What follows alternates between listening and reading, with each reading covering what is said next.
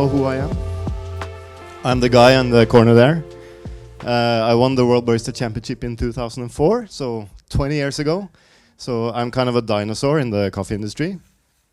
But I opened a coffee shop in 2007 and have been focusing on actually more a coffee roastery with a coffee shop as well. So we only have one shop in Oslo, and we have a small roastery. We roast 70 tons per year. And I heard yesterday, well, that's a medium size. No, that's not medium size. We roast the same amount in 1 year as the biggest roastery in Norway do in 1 day. So we're not medium size, we're a very small roastery. We focus mainly on high quality coffees. We don't buy low quality coffees.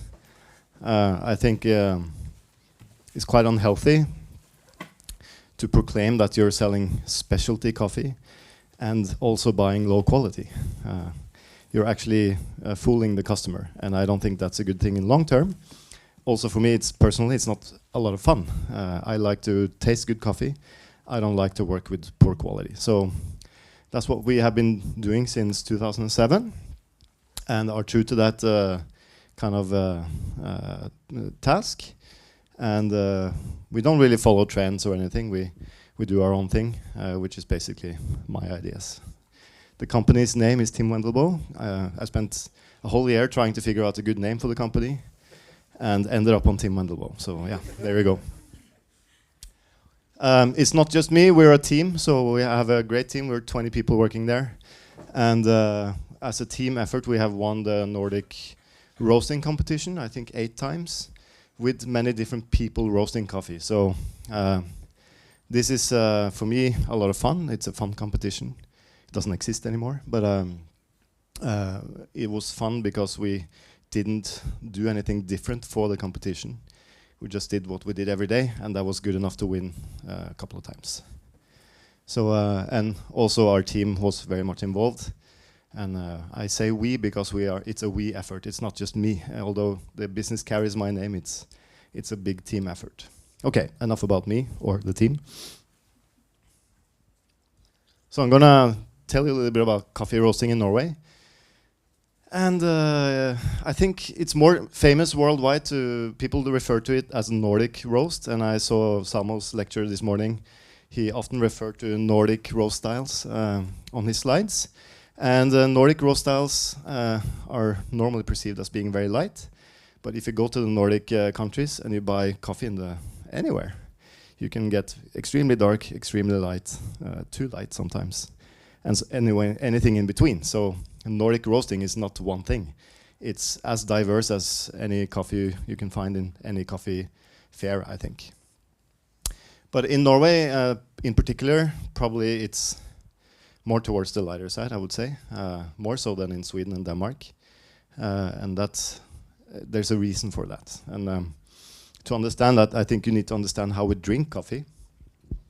Norway is, at least until the early 2000s, 100% of the coffee that was drunk was either filter coffee or what we call kokekaffe, which is basically a French press style or a steeped coffee. No espresso. And then espresso bars came along in the late 90s. And I think from the numbers that I remember, like in the mid 2000s, maybe 5% of the whole market in Norway was espresso. So we're not used to roasting very dark because we don't brew espresso. And yeah. Also, Norway was one of the poorest countries in Europe after the Second World War, believe it or not, and also pre-World War. Very, very poor country, mainly farming happening. No industries, no kind of big wealth, no aristocracy, what we call old money, no old money. We had a king that came from Sweden or Denmark, we were always occupied. So the economy was quite poor, but we had one thing, and that was fish. So before we had oil, we had fish. We still have fish, but and not the salmon that you might see around now, which you definitely should not eat, just so you know. But we were exporting codfish, stockfish. So we were drying codfish by salting it and hanging it out in the weather just to dry it. And then we were trading that codfish with Portugal, Brazil, other countries. So because of that, believe it or not, we could access very, very good coffee. Especially after the Second World War, we didn't have money, we didn't have dollars to pay for coffee, so we could trade codfish with the Brazilians, and we got pretty decent qualities back. The alternative would be to buy very cheap Robustas from Indonesia or something like that. So already we had pretty good quality in our country, and our water is extremely soft, very, very soft. In Oslo, I think before we had a new water filtration system in the municipality, the water was like 50 parts per million in minerals, so extremely soft. Now it's a little bit higher because they add marble dust, Italian marble dust to the water, just so that the pipes don't corrode. And what the soft water does to the coffee, it makes it taste really clean, clear, and it's easy to extract, I think. So it makes the coffee quite delicate. Also, our food culture is pretty bland. Yeah, a traditional meal would be boiled fish with potatoes, maybe some melted butter if you're lucky, and maybe a little bit of salt, but no pepper, no spice, no nothing. So we're not used to very strong flavors. So I really believe there's a combination of many things that makes our palate more towards lighter roast than darker roasts. Okay. So this is not the history of Norway, obviously. It starts in 1998. This is my coffee history. So I started working in a coffee shop in 1998. At that time, there were a few coffee shops in Oslo. I personally didn't drink coffee. I didn't know what a coffee shop was. So I just got a job in a cafe, and it happened to be a coffee shop. Back then, there were a few roasters actually claiming to do quality coffee. One of them being Solberg & Hansen, which is quite famous. They do buy great coffees today and have been for a long time. But in 1998, they said that they were the specialty coffee roaster in Norway. They were kind of the driving force behind the WBC, which you know today, the World Barista competitions, and the whole kind of espresso bar movement in Norway. They were kind of the main driver behind it. So a lot of the coffee shops bought coffee from them, also because a lot of them were owned by them. So I started working in a chain called Stockflets. They were owned by Solberg & Hansen. I went to a training there. They told me that the coffee that they sold was the best in the world. If I think about the coffees I served back then today, I can clearly say that that was not the case. We bought a lot of old Brazilian coffee, past crop. We bought Monsoon Malabar, you know, which wasn't even good Monsoon Malabar. It was quite moldy and musty. But it was special because it tasted different, you know. The supermarket coffees were typically clean Brazils, washed Brazils or natural Brazils, maybe with some Kenya and Guatemala, quite lightly roasted. So Solberg & Hansen had to, in order to be different and special, they bought very different types of coffees. Old crop coffees, they actually roasted quite dark, and then it tasted very different from the supermarket coffees. Interesting, huh? Most of the coffees we sold were blends. They had fancy names like cigar coffee. Coffee that tastes like cigar. Mocha Java. Coffee didn't come from Java, didn't come from Mocha. Stuff like that. Coffee was sold by country, so it wasn't like a single estate coffee. It was Colombia Excelso, which doesn't mean anything. It was Kenya AA. It was Brazil Santos. Santos is a harbor. They don't grow coffee, so it was very interesting names on the coffees. And in general, it was extremely dark roasted. I remember the espresso was extremely oily. Like it wasn't good until it was very oily. So they even called some of the blends they had as oil roast, just to pronunciate the roastiness of it. Okay, in 2004 I won the World Barista Championship, and one of the reasons I think I won was because I blended, yes, I blended my own coffee and roasted my own coffee And that was a reaction because the coffees that I was using in my cafe and also during competition in my first competitions, the feedback that I got from international judges was that I was a good barista, but my coffee basically sucked. It was roasty, it was poor quality. And I was working for an employer that told me that the coffee that I used was the best in the world, you know? So I had the opportunity to start trying out coffees, trying to roast.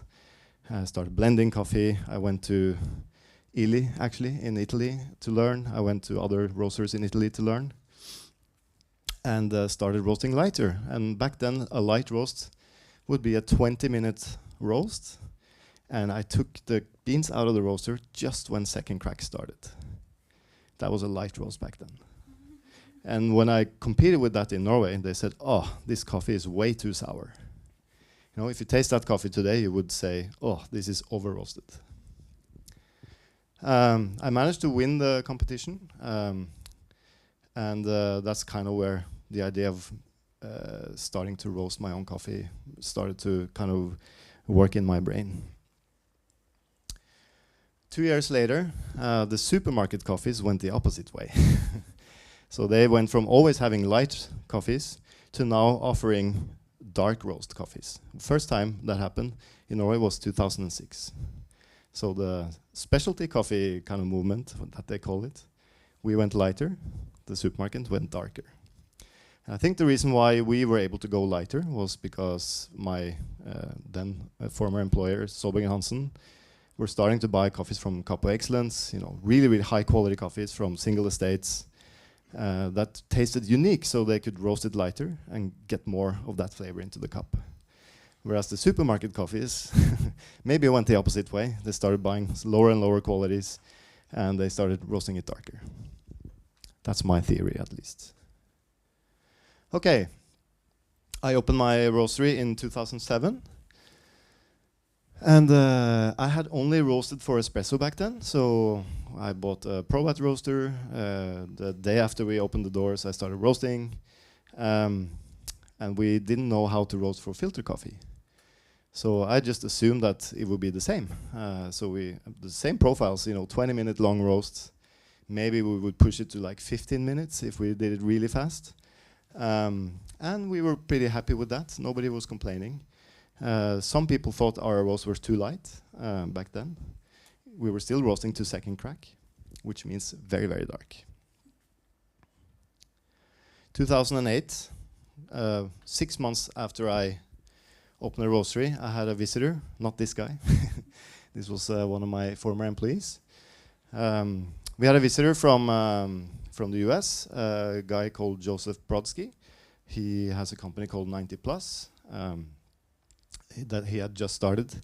He was working in Ethiopia with a cooperative to make small lots of natural processed coffees, and he wanted to showcase them to us. And we had a cupping in Norway where he asked me to bring my own Ethiopian coffee that we had, and then we would cup that with his Ethiopian coffees to kind of compare the qualities and just for fun, you know.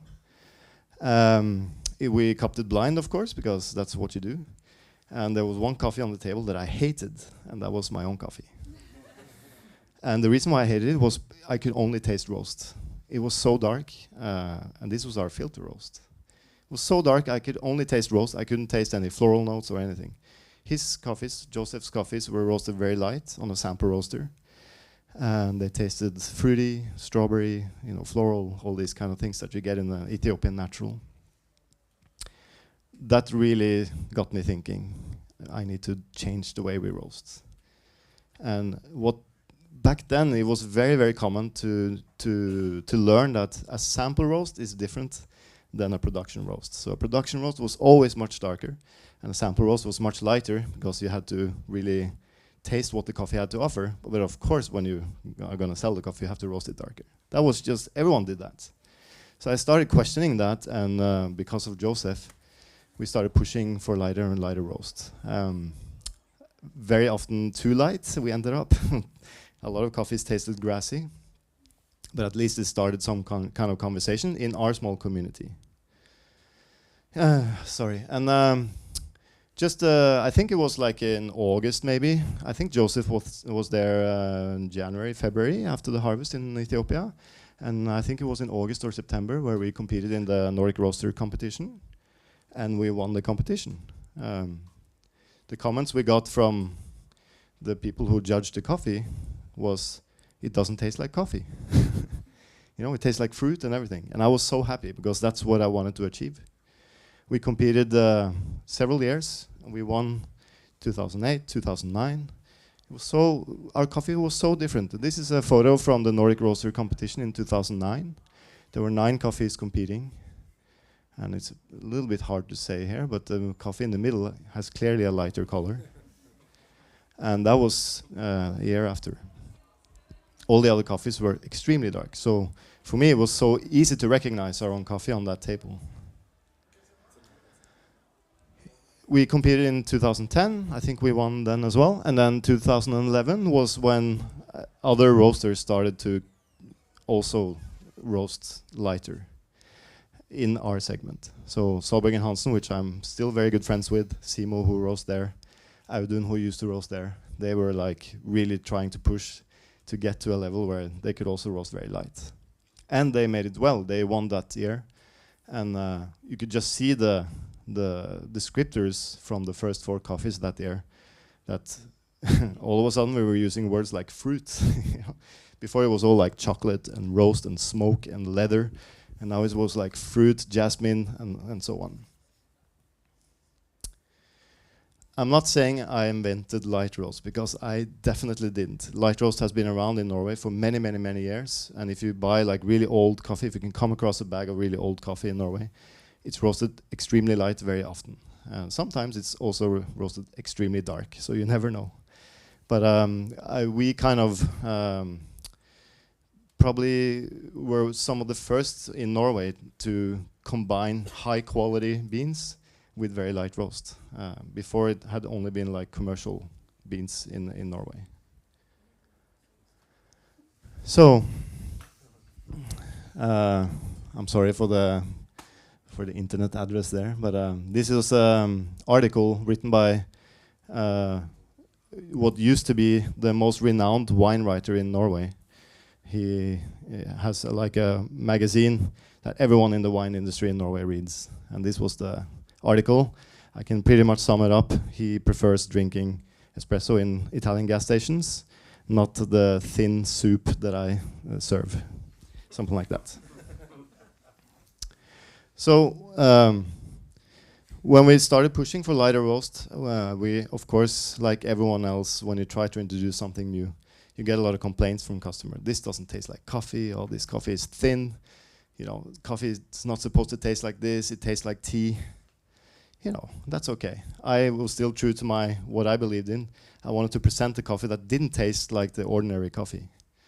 So whenever I got read stuff like this, I was very motivated to even push further, you know. So this article actually hangs in our personnel toilet in the coffee shop, just as a reminder. But it creates reactions, and today, you know, we have people lining up before we open the shop every day during summer with tourists who wants to come to us to taste our coffee. And we wouldn't have achieved that if we just followed, you know, the dark roast stuff that everyone did back then. Okay. I'm not going to have a roasting class. If you thought I was talking about roasting, then you should go somewhere else. Because roasting is so complex that, you know, it's kind of like talking about brewing. And whenever people ask me, how should I brew this coffee? Well, it depends on so many different things. How's your water, what the filter you're using, what the grinder do you have, blah, blah, blah, blah, blah. So I rarely tell people what to do. It's more about developing your own style, I think. But today I can say that our roasting style is very much ingredient focused, meaning we put ingredient first and everything else kind of follows. Sustainable trading is actually part of our roasting style, believe it or not. I will explain that. It's quite recognizable, although, of course, a lot of other roasters do even a better job than us. Sometimes I prefer other people's coffees to mine, which I hate, of course. And but that motivates me to push even further. And but I still think you can recognize our coffee over time. Like we buy a certain style of coffee. We buy from the same farms every year. We roast a certain way, and it's quite recognizable. And it's consistent, and I'll also talk about that. So before we start getting into how we roast, it's quite important to talk about who we are as a company. We want to be among the best roasters in the world. That's a part of our vision. But our core values when it comes to roasting is we want traceable coffees. So transparency is a kind of a word we throw out there very often, not just in terms of flavor, but also how the coffee was purchased and shipped and everything. And it needs to be bought sustainably, which means if I buy a good coffee one year, I want to come back to that farmer and buy it every year. And that means to empower them to produce good coffee, you need to pay a good price and also empower them to know what they're doing. And that's important. So one of the big inspirations for how we actually work today was a lecture that René, I'm sure you know who René Redzepi is. He's kind of world famous. The chef of Noma. He had a lecture at the Nordic Barista Cup in Denmark, I think. And he talked about how he had changed his kitchen from being very focused on technique to being more ingredient focused. And I could relate to that because we were spending 90% of our time trying to tweak the roast profiles on our roaster, and the coffee didn't taste better. And he said the same. They were trying to tweak techniques in the kitchen and everything, but it didn't make the food taste any better. It just was presented in different ways. So he started looking for better ingredients, working with farmers directly, sourcing better stuff, and that's when the food really started to taste much better. So I had like an epiphany when I heard him say that, and I said, "Oh, this is what I need to do with my roastery." I mean, if I buy a coffee that is woody, doesn't matter how you roast it or brew it, it's still gonna taste woody. That's the problem. So I started looking for farmers to work with, and this is important to me because good coffee just doesn't happen by itself. Okay, maybe back in 2008, I could go to Colombia, I could cup through thousands of different coffees from thousands of different farmers, and I could find exceptional coffee, could bring it back to Norway, and all of a sudden the same coffee didn't taste good anymore. Why? Well, because it wasn't produced in a good way, it wasn't shipped in a good way, and so on. If I went back the next year, I could do the same exercise, but I would find another coffee from another guy. It would all be random all the time. So yeah, you can find good coffee by accident, but good coffee, good consistency doesn't happen by accident. It happens by good knowledge and good work. So I see working with farmer as a part of my roasting quality control. That's basically the most important quality control we do with the roasting is actually before the coffee even arrives to our roastery. I can quickly, or at least try quickly to go through what we do in order to quality control. But part of our staff training is that I spent 2 days talking about this with our staff. So I will try to do the short version here. You're not going to be here for 2 days. But it all starts by, of course, finding a producer that is willing to invest in producing better quality. And it's kind of, I follow my personal taste. So yeah, you have to find the coffee that has potential, but you also have to find a person that you want to work with. So I kind of compare it to dating. Like you have to date many different people, and then you find one person you want to invest in, and then maybe after 2 years it doesn't work out, you break up, you find a new one. But the idea is to kind of get married, if you know what I mean. So we do this with different farmers, and Elias that I just showed a photo of. This guy, I've been working with him since 2012, and we have done a lot of change on his farm in order to make sure that the green beans that we buy are as good as it possibly can be. It starts with, of course, looking at picking. Believe it or not, but good coffee will be more and more difficult to get because there are less and less people who want to pick coffee. And when you have less people who want to pick coffee, it's hard to pick good quality cherries. And that means you have to mechanize or you have to change the way coffee is harvested. The bucket I just showed you looks like ripe cherries, but when you start looking into details, you may see that half of it is not very good quality and half of it is very good quality. So training pickers to pick the right stuff, paying the same price for the bad stuff as for the good stuff, is not standard in the coffee industry. And it's the kind of the first step in order to make good coffee is this step. And it's the most difficult step, I think. We introduced sorting activities, so you can hand sort cherries. We're looking into mechanical sorting because nobody wants to do this job. Obviously, it's pretty boring. So we're looking at color sorters now to install that on different farms in order to make sure we sort the cherries. Of course, when you sort cherries, you get a lot of waste, so you have to pay for that, you know. And you don't buy that. They can sell that in the internal market, but you have to remove it from your good coffee. We look at how the coffee is processed, and one farm might have a different infrastructure than the other, so you have to adapt to each and every different farm. Some farms have a lot of access to water, some farms don't have any water at all.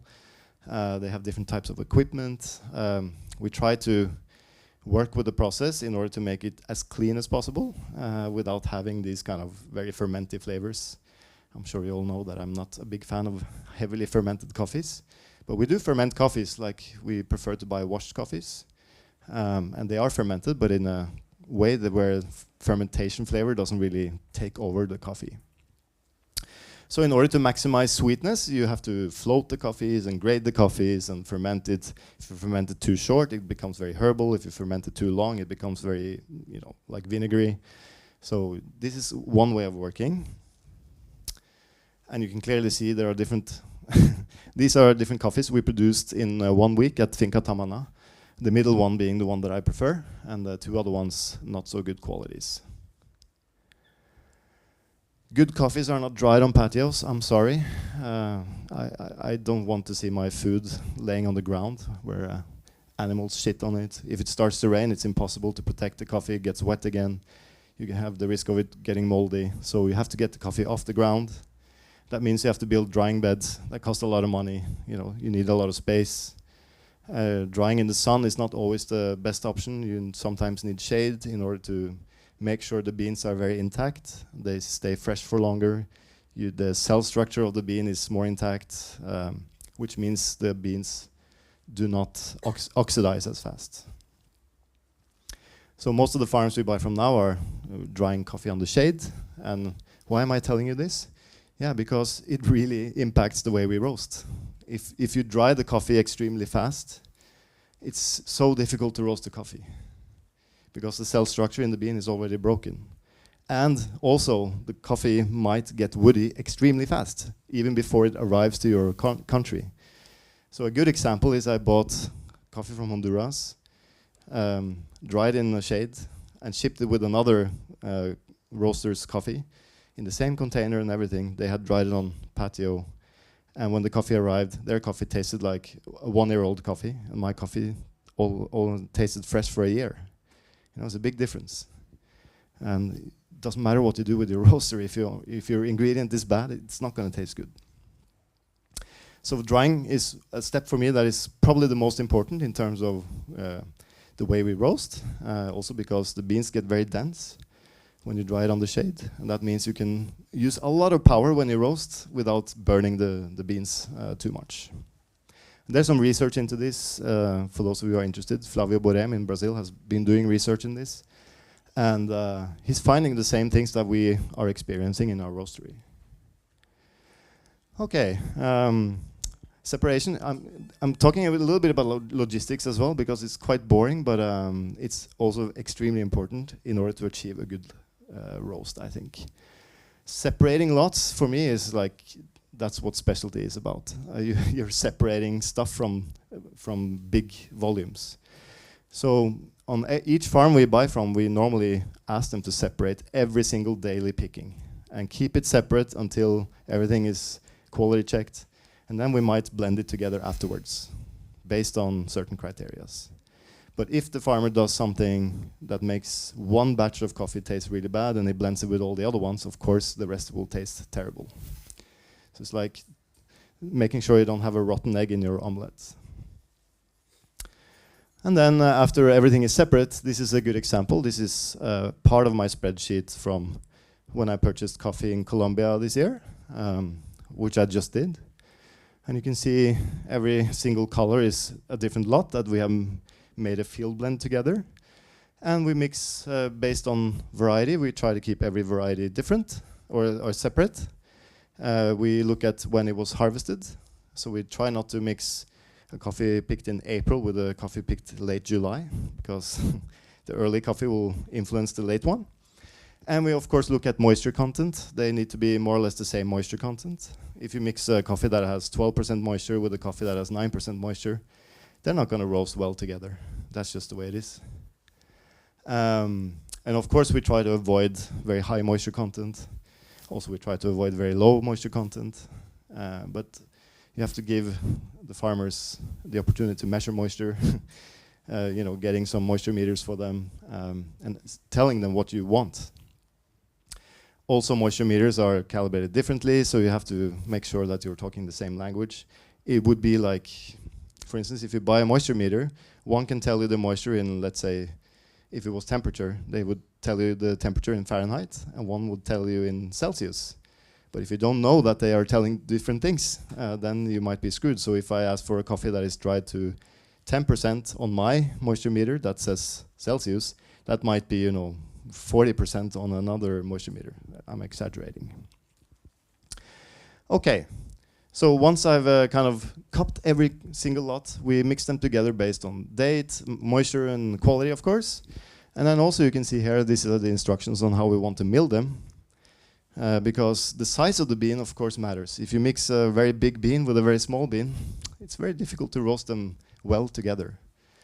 So we try to separate, just an example, Variedad Colombia, we have 2 different lots from Finca Tamana. Those 2 different lots are split into 2 sublots.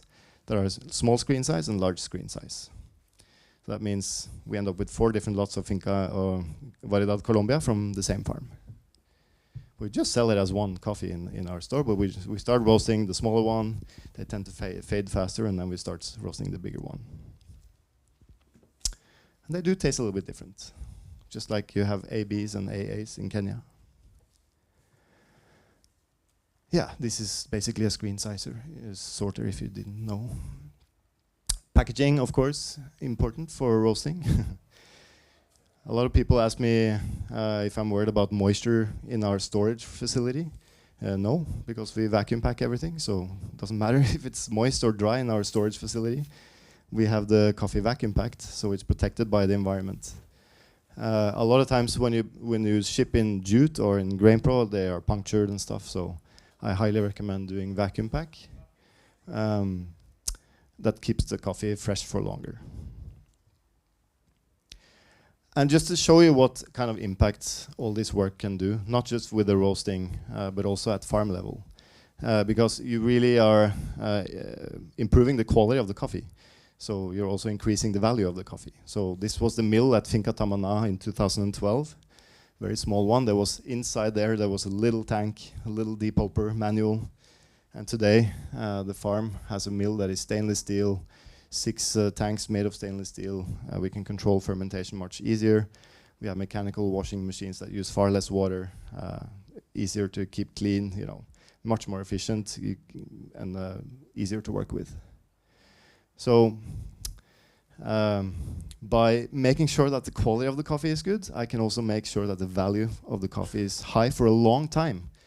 So when I buy Colombian coffee, before people always told me, like, don't buy Colombian coffee because it gets old very fast. Well, my Colombian coffee can taste fresh for up to 2 years because we can control how it's produced.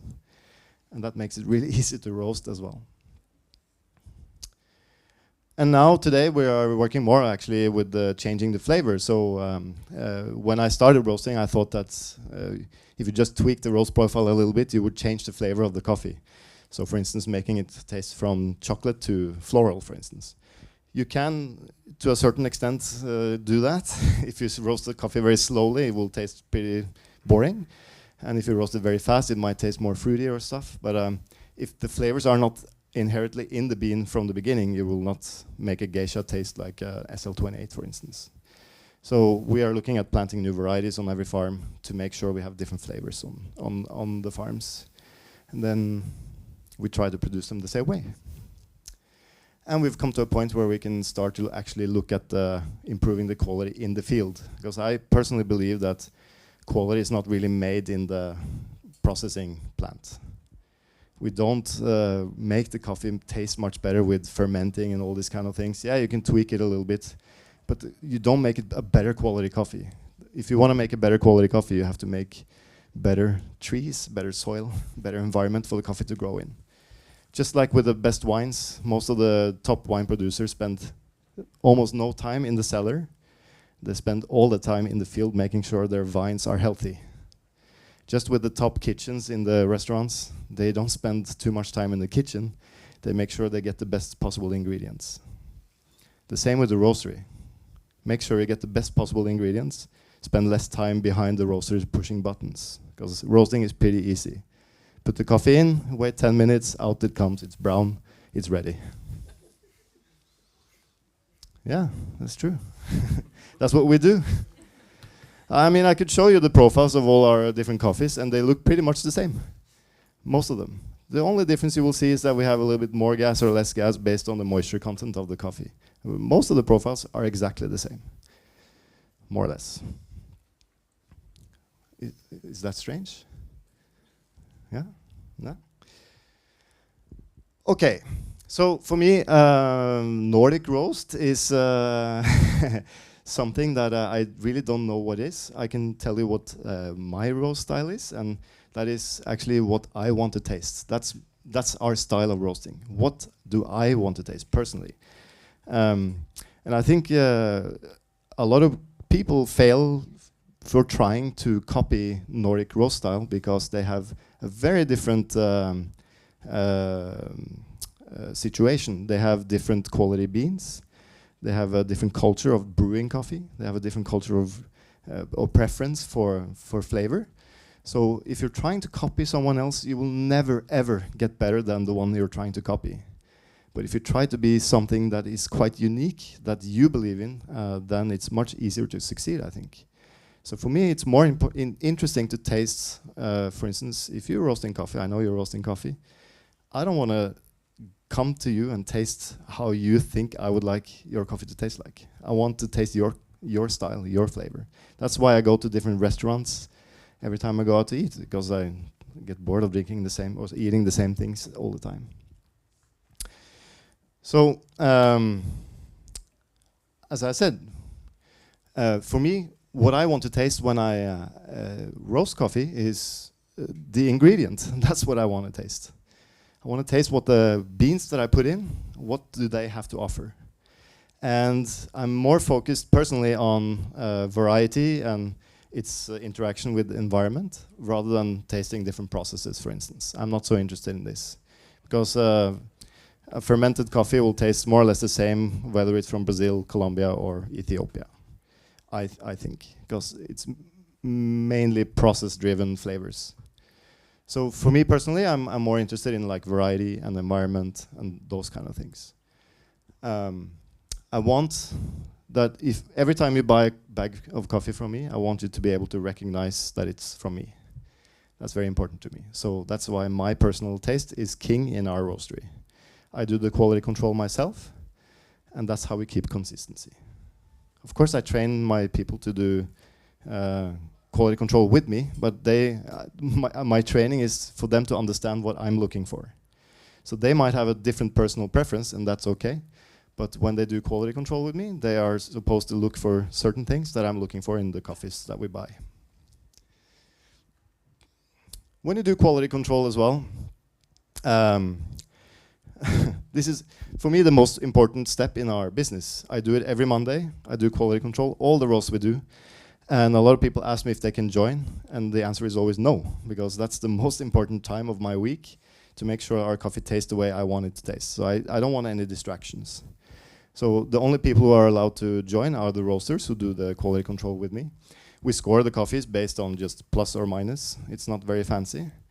And what's really important here is that you actually measure what you're doing as well. Measure how much coffee you have. Also measure how much water you do. Because if you just pour the water in, there might be 200 grams of water in one cup and 180 grams in another cup. And that will greatly influence how the mouthfeel is, the acidity is perceived and everything. So you have to make sure everything is the same. And then off you go. And I do find a lot of times when people change the environment where they cup too often, or they change the grinder, they might be grinding too coarse. A lot of times you end up drifting towards either going lighter and lighter or darker and darker. So you have to make sure that you're very precise when you do quality control. A good example is a roaster in Denmark that couldn't figure out why their coffees were getting darker and darker.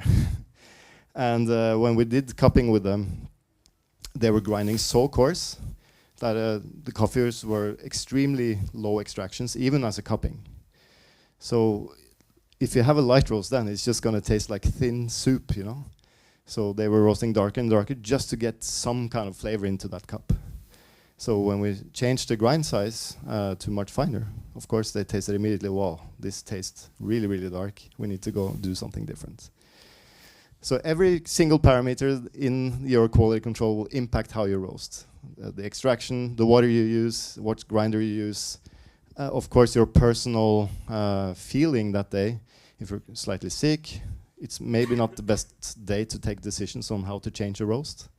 Maybe you should wait until next time. And to be honest, I don't make decisions just based on the cuppings. I also make it based on when I brew coffee. I take the coffee home and I brew it. We brew the coffee in the store, and slowly you can kind of find that a coffee might drift a little bit. It develops, you know, it's not a stable product, so you have to change something. Color measurement is something that used to be frowned upon in our industry. And today I think it's quite common that people are measuring color of their roasted coffee. I've been measuring color for many, many years with the same color measurement device, which is this one, Color Track. It's pretty precise. I've used other ones that are extremely imprecise. So that means you just make different samples and they will measure extreme different numbers. So finding a one that is precise and sticking to it is quite important to be stable and consistent in the roast profiles. And I can honestly say that in the last 15 years, since we started roasting, or more than 15 years, I do see that coffees are getting lighter and lighter. And sometimes in some markets, it's going back again to darker and darker. You know, it's all kind of trend-based, I think. But at least in Norway now, it's pretty stable. Like, if you look at the bigger roasters, it's pretty stable in terms of color. And the reason is because they're actually measuring color. Whereas before, they didn't believe in it because you could just roast to a certain temperature and the result will be the same all the time. That is clearly not the case. So it's brewing time. No, I'm not going to brew coffee, but I'm gonna finish this talk because I don't know what I'm talking about. But I have to say that if you have extremely good ingredients, it makes roasting really easy. If you have good roasts, it makes brewing really easy. A lot of times when I see people are struggling with brewing, they're trying different techniques, different temperatures of water. You know, they could just fix that problem easily by just roasting the coffee a little bit better. And if they're not happy with the roast, they could easily fix that by just buying a little bit better green coffee. That's really, really, it's not rocket science. If you want your coffee to taste fantastic, start by buying fantastic coffee. Don't go for the second best. And sourcing good beans. It's much easier if you find some good farmers, but they're not so easy to come by. So having good relations with farmers over time makes them progress and also invest in their farms, which makes it easier to grow good coffee. So to define Nordic roasting style or Scandinavian roasting style, I think my colleague said it quite well. He had a training class some years ago when he said it's not a profile or it's not a certain color or anything. It's more about preference, and it's in combination with how we brew the coffee and also the kind of green coffee you buy. So it's all kind of related. So if you change one of these parameters, your roasting style might change because your preference of how you want to brew it or drink it also changes. So I kind of see it as a system, like if you have a car, you have an engine, you have a gearbox, you have a design, and if you change the motor, you might have to change the gearbox or stuff like that. It's all, you have to kind of fit it together. So maybe if you're not buying the best coffees and that's your business, that's okay. But maybe the lightest possible roast is not the best way for you to go forward. Maybe you should try to roast it differently. And maybe you're in a market where people are more accustomed to darker roast. Maybe you shouldn't go extreme straight away. You can go gradually or something like that. So that's at least my experience. That's how it's been working. And we didn't change like overnight, although it seemed like that we did that in 2008. It has been a gradual process, and we have had to have a lot of fights with customers and and people and journalists in order to convince them that this is something that can also exist, and alongside with darker or medium roast. There's no right or wrong here. It's just what you prefer. I think that's it. Yeah.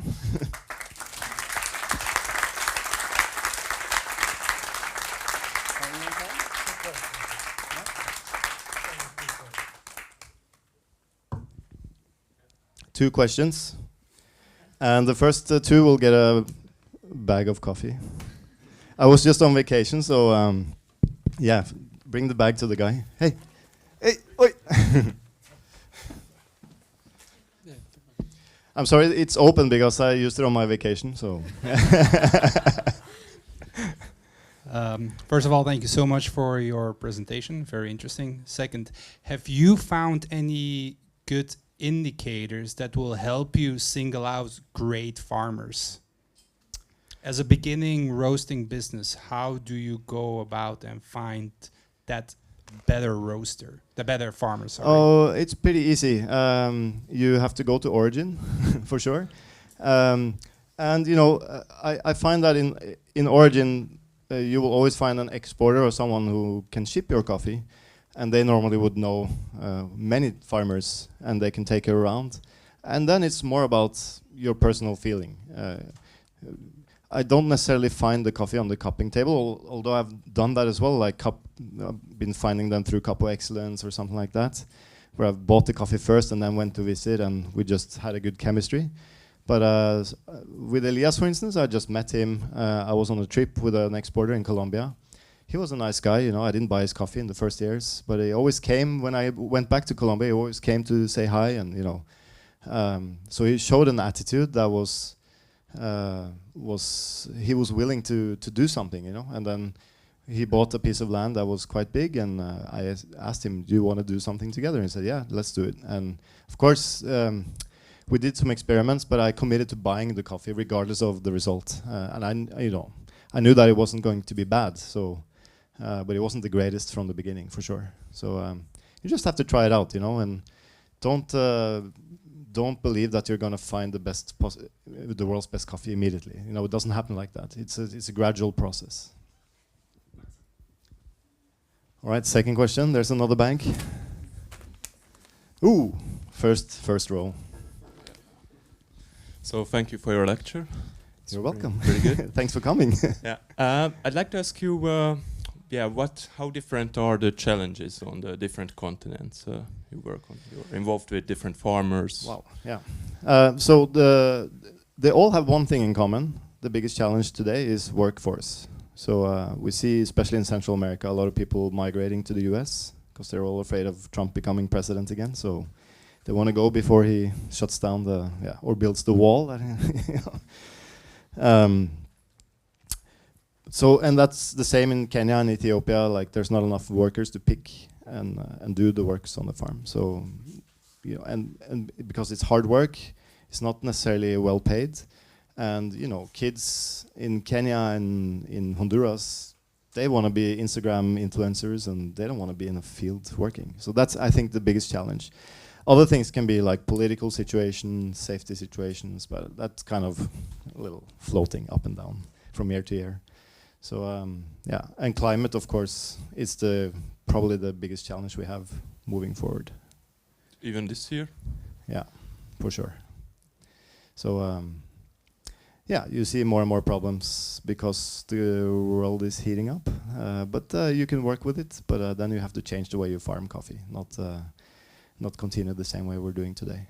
Like adapt a lot, I assume. Huh? Yeah, Like adapt. adapt. Yeah, so planting shade trees, agroforestry, stop using chemicals and all these kind of things, and really make the land healthy. That's I think the way forward, and a way also for smaller farmers to not only depend on coffee, is to diversify. So planting other things that they can eat and sell as well can also be a benefit to coffee.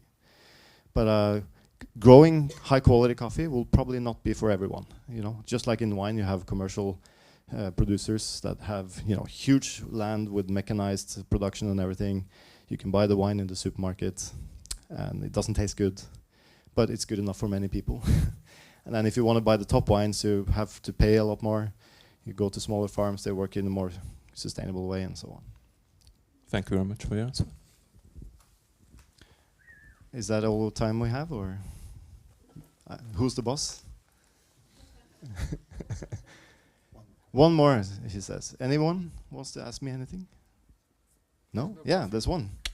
I don't have any more coffee, but you can get a water bottle. So everybody, thank you for a great presentation. I'm going to join there too. I'm not a professional roaster, but I want to maybe start at one point, because now I think I brought my espresso game to a level and many paychecks in. So I'm wondering, if I'm starting and I cannot just afford to go to these farms directly, where would somebody starting in this and wants still to play at a low level should start within Europe maybe? Like, are there any pointers, what to look for, where to go, where to start? I know it's not an easy question, but it would really help somebody starting in this. Yeah, buying good coffee today is much easier today than it was in 2007 when I started. So I actually had to start going straight away, because otherwise there was no other way to get very high quality coffees. But today you have many importers. There's probably 100 importers in Europe, all offering great coffees. So, but also there's a lot of different qualities. So I would say the best thing you can do is to maybe train to learn what to look for in good quality coffees, decide what kind of qualities you want to buy, and then start looking for that with different importers. But you can also just start with one origin, go to an origin and start buying coffees. There's always a way to move the coffee. Today it's easier than it was before. So, you can always ship the coffee with an importer or something like that. So there are many different approaches, but if you start extremely small, then an importer is probably the best way to start, at least. And you don't have to buy from 10 origins from day one, you can start with one. Cool. Yeah, and when I started buying coffee direct from origin, in Kenya, for instance, we bought 10 bags the first year, and everyone was shaking their heads down in Kenya because they weren't used to dealing with small customers like us. So everyone said, why are you bothering spending time with this small roaster just buying 10 bags? And a good friend of mine in Kenya called Kamau, he said, you say that today, but one day he might buy 200 bags, and we have been buying 200 bags per year for 4 years now. So you should never underestimate the small, because they might become larger, with time. Cool. I think that's all we have time for. I will be around on the show, so if you have any questions, you can ask. Thank you.